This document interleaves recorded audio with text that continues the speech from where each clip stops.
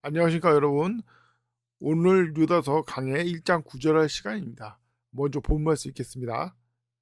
그러나 천사장 미가엘도 모세의 몸에 대하여 마귀와 더불어 다투며 논쟁할 때 감히 그를 모독하는 비난을 하지 아니하고 오직 주께서 너를 책망하시느니라고 말했느니라. 자, 오늘 1장 9절 강의를 하겠습니다. 전에 말씀드렸지만 유다서는 신약성경을 관통하고 있습니다. 그러므로 1장 9절에 해당하는 책은 골로새서예요. 자, 골로새서를 언급하는 데서 어떤 연관이 있을까요? 바로 골로새서는 그 로마서 이래로 이제 7번째 책으로 사실 이제 가장 신실한 교회가 어디입니까? 데살로니가 교회예요. 그래서 데살로니가 전서 후서를 다루고 있는데 데살로니가 전 단계 바로 이 현대 세상에서 이 세상에서 어떻게 사는가에 대해 굉장히 정점인 책입니다. 이 세상을 살 때 가장 조심할 게 뭘까요? 가장 주의할 게 무엇이겠습니까? 바로 마귀와의 싸움을 가장 조심해야 되는 거예요. 그리스도는 특히. 이 세상 모든 사람이 다 마귀의 싸움을 조심해야 되는데 세상 사람들은 뭐가 없습니까? 성경이 없고 말씀이 없잖아요. 성경이 없고 또 성령도 없어요. 성령도 없어요. 구원받지 못했으니까. 그래서 마귀의 공격이 너무나도 취약합니다. 그래서 이제 그리스도인들이 마귀와의 전쟁에서 주로 담당하게 되고 바로 골로새서는 그런 마귀와의 전쟁에서 굉장히 주역을 담당하는 책이라 이거예요.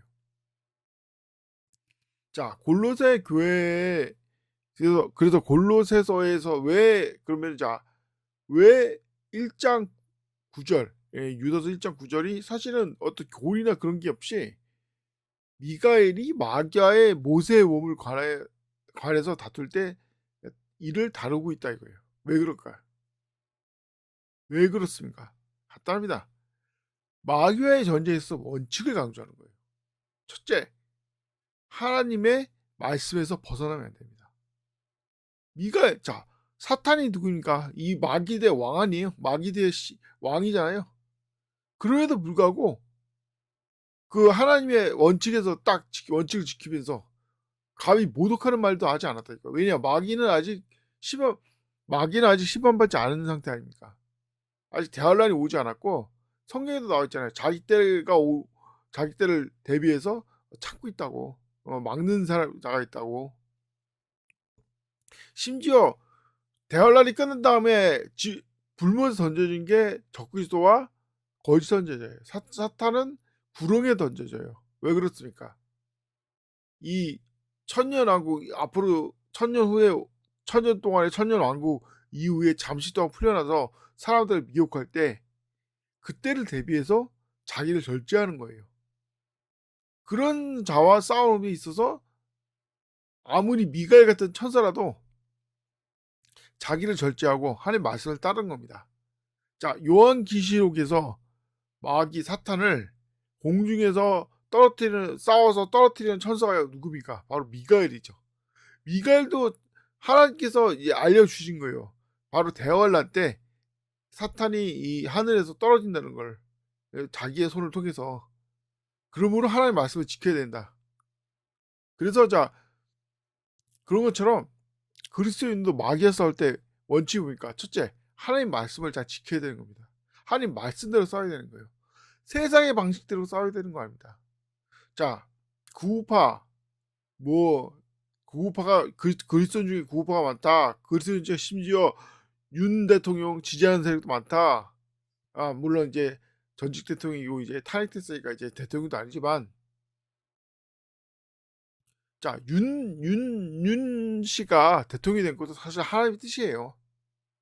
윤 씨가 오히려 대통령이 돼가지고 중간에 친일 쿠데타 일으켜가지고 일이 더 잘 풀렸다는 얘기도 많습니다. 다시 말해서 이 하나님의 뜻에 의해서 이제 대통령이 된 거예요. 사실 비슷한 사례가 있죠. 인민이란 때 원균이 총선연금 해가지고 다 말아먹지 않습니까?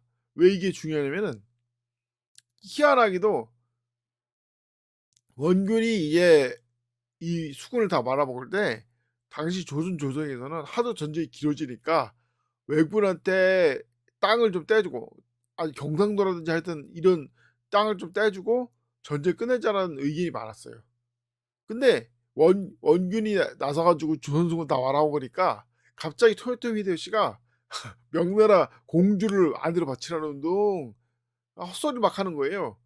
그러니까 명나라가 주도가 돼 가지고 인제 안에 끝내려고 했는데, 아니 이제는 이게 사생결단을 내야지, 이 뭐 일본의 요구가 너무 커지니까. 근데 이순신 장군도 없겠다, 이제 싸우자 해 가지고 명나라가 이제 파죽지에서 몰아붙이는 겁니다. 그때 이순신 장군이 원균이 이제 몰살시킨 이 수군의 잔존무기를 끌어 가지고 12척의 배로 일본군 330척을 때려 부셔 가지고 전쟁이 끝나지 않습니까? 사실상 그때 전쟁이 끝난 게 그 직후에 뭐 갑자기 토요토미 히데요시가 죽은 거예요. 뭐 설에는 뭐 명나라 사지 암살 도구로 막 암살했다는 둥 막 얘기가 있지만, 사실 그게 아니라 간단합니다. 원균이 조선소군 다 말할 때 얼마나 기뻤겠습니까? 얼마나 팔짝팔짝 뛰면서 기뻐했는데, 그 직후에 이순신 장군이랑 일순신 장군이 12척 가져왔는데 330척 때려 부셨다는 얘기 듣고서 그냥 화병이 나서 모녀 누운 거예요. 그래서 시름시름 앓다가 죽은 겁니다. 결국 인제대란 끝난 건 누구냐? 원균이 끝난 거고, 인제한 승리도 원균이 승리로 이끈 거예요. 그런 것처럼 지금 이 북한이 왜 러시아랑 협상을 맺었습니까? 러시아가 왜 북한한테 왜 투자를 하겠어요? 윤석열이 하도 난리치니까, 막 우크라이나 전쟁에 참전할 것처럼 막 난리치니까 어쩔 수 없이 러시아가 북한을 도와주게 된 거고, 그것이 이제 북한과 미국의 대등한 협상 조건으로 나서게 된 거예요. 자, 그런 것처럼 만약에 이 좌파가 쿠데타를, 이 우파 윤 씨가 쿠데타를 일으킨 게 아니라 좌파들이 우리 힘으로 해결했다 해서 막 쿠데타 일으켰다든지 했으면 되겠냐 이겁니다. 안 되는 거 아니에요. 자, 그런 것처럼 하나님의 싸움도 영적 전쟁이에요. 마귀랑 싸우는 겁니다. 지금 구우파 뭐 개신교가 많이 개입되었다는 구우파처럼 무찌르자 공격당하면 그게 올바른 싸움이 아니에요. 육신을 대항한 쓰레기 같은 싸움이 되는 거 아닙니까? 성경에서 왜 원수를 사랑하라 했냐 이겁니다. 첫째는 우리들이 구원받은 사람들은 전부 다 과거 죄인이었던, 과거 세상을 따르고 죄를 따랐던 죄인들이어서 하나님과 원수됐기 때문에 그런 원수를 위해서 죽으신 하나님의 뜻을 따른 거고, 둘째는 우리가 대적하는 거는 육신이야 이거예요. 우리는 영적 전쟁을 해야 되는데 마귀랑 싸워야 되는데, 마귀가 육신입니까? 영이지? 대환란이 되기 전까지, 적그리스도가 나타나기 전까지는 마귀는 계속 사람들의 영을 조작해 가지고 싸운단 말이에요. 그런데 육신으로 싸운다? 그럼 멍청한 짓이죠. 바로 그걸 막는 겁니다. 그 첫째는 말씀대로 싸워야 되고, 둘째는 뭡니까? 사실 셋째도 역시 말씀대로 싸우는 거죠. 말씀에서 벗어나지 말아야 되는 거예요. 성경 말씀대로 원수를 사랑해야 되고. 제가 이제 광화문 집회, 맨날 전공우리가 광화문 집회 연다고 해서 한번 가봤는데, 가서 깨달은 게 있어요. 뭐냐? 첫째, 성경이 실종됐고, 둘째, 예수님이 실종됐어요. 예수님의 이름은 언급짓지 않습니다. 성경 말씀 언급짓지 않아요. 맨날 하나님과 기독교가 이렇다는 거, 저렇다는 거. 근데 그 결론은 뭐냐? 그리스도인은 바보예요. 미국이 왜 망합니까? 그리스도인들이 설치했다가 하나님의 사람이 지미 카터 쫓아내고, 마귀 자식인 도널드 레이건을 뽑았다가 망하는 거네 지금. 걔가 미국을 완전히 망친 거 아니야. S대회 같은 사갱강이라 버리고 가죠. 그리스도는 이런데 왜 미혹되냐 이거죠. 간단합니다. 성경 말씀대로 안 해서 그래요.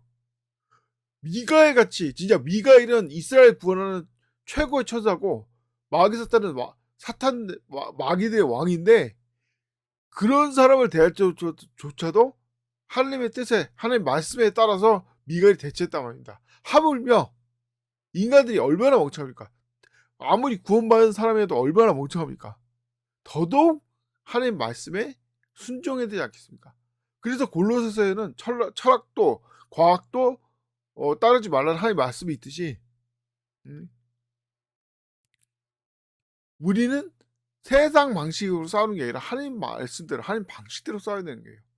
뭐 기독총 만든다, 기독교를 통합한다, 뭐 우찌자 공산당한다, 다 세상적 방식입니다. 그 외에도 많아요. 육신을 대적하는, 세상적으로 살아가는 다 마귀의 계략입니다. 우리는 성경 말씀 그대로 그리스도인답게 영적 전쟁을 싸워 이겨야 되는 것입니다.